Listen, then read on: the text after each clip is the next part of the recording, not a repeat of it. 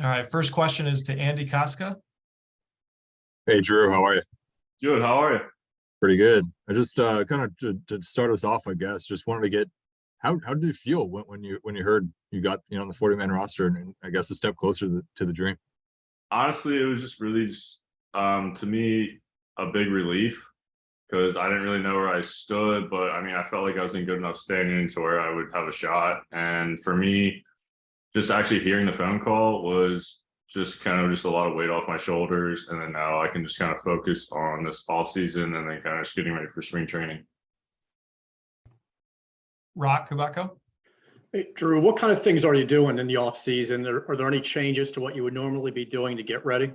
Yeah, so this all season I'm actually working with Tread, and so I think a bunch of guys this all season are really going to start working there. But I know for me, just looking at their social media and just kind of everything they've done and all the kind of player just feedback that I've heard from them, I think it would just be a really good fit for me this all season, just to try to help me kind of fine tune some things and then hopefully maybe find some velo. But for the most part, just kind of strengthening myself, and then also just kind of maybe searching for some velo, but just kind of fine tuning what I'm already kind of excelling with. Rich Dubroff. Hey, Drew, you joined the organization in 2018. How does is the organization totally unrecognizable to you now from when you came? What are the main differences between the organization you came into and the one now? Yeah, I mean, it's honestly did a complete 180, and we went from kind of like the old school thought of throwing and lifting and running and all that stuff to where like you need a long toss to increase velo, kind of all that stuff. And then just kind of like the old school mentality of pitching was there in 2018, kind of throw everyone inside, just kind of do fastballs in, curveballs down, kind of just like that general motto that kind of everyone grew up with. But now with the kind of Elias and Sig and all those guys coming in, we saw it just really transform into being data driven, and kind of everything we do has a purpose backed by analytics for us. So like we always have a reasoning and a rhyme for everything that we do. So I mean, I think for us that was the biggest thing that we saw when they came in, was just the complete kind of restructure of kind of our development of our young guys, and kind of starting it there and then kind of going from the ground up. Dan Conley. Drew, now that you are on the 40-man, how much are you paying attention to depth chart, and how much have you noticed that there's a whole lot of R's, not a whole lot of L's there? I mean, yeah, I look at it from time to time, but for me, there's only so much I can do about it. So I just have to make Elias and all those guys up there make the tough decisions. But I mean, yeah, I do look at like there's not a lot of us up there, as in like lefties. So like, yeah, it's kind of on the back of my mind that like it might be a little bit easier for me to get up there, like more of an opportunity. But for right now, I'm just gonna try to get better at what I need to get better at, and just kind of fine tune everything to get ready for spring training, and then kind of make them make all those decisions and hopefully make it a tough one for them. Andy Koska. I wanted to quick ask you, like when you say fine tune things, can you go into a little bit more depth on like what pitches maybe do you want to tweak a little bit here and there, or what are you kind of looking at?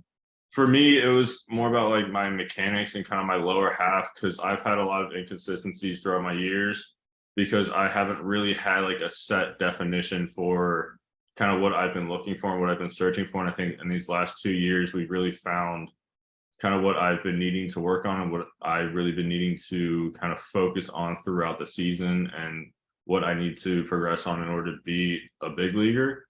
And I think for me, it was kind of just simplifying and kind of just finding what I can do differently in my lower half to maybe get some more power.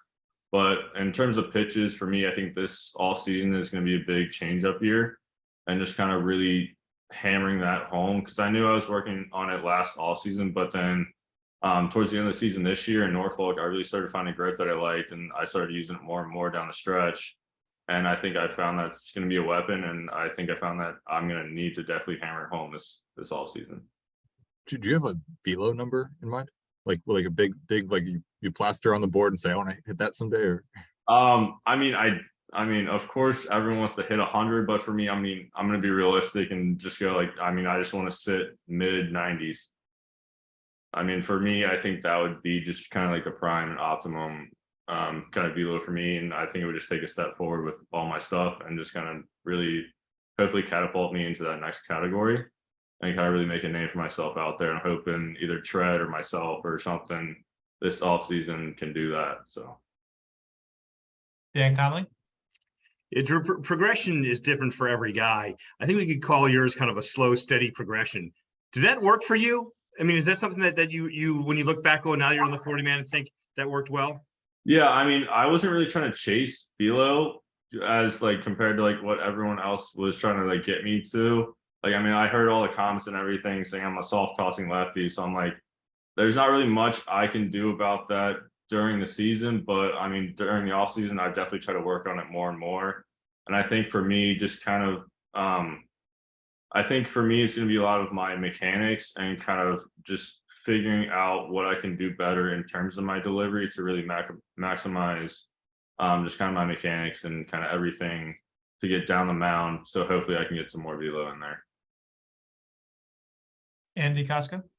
with the changeup, is that something that it seems like it's like the most in vogue pitch with a lot of Orioles pitchers? You know, is that something like you look around the clubhouse or like, you know, with the major league team and see some changeups and think like it's working for them up there? Like, I want to add that, or like, where does that kind of come from? That maybe that's kind of from for the Orioles, it's kind of from the top down. So it's kind of all starts with Holt and kind of Sig and all those guys that are kind of like the head guys and kind of go through all the data and everything, see what works, see what doesn't.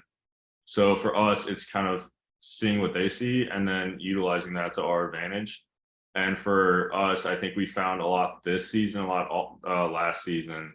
That changeups were very effective, kind of both sides of the plate, and then also just being able to have something that would differentiate your speed but look the same out of hand was kind of like the biggest thing that they were harping on.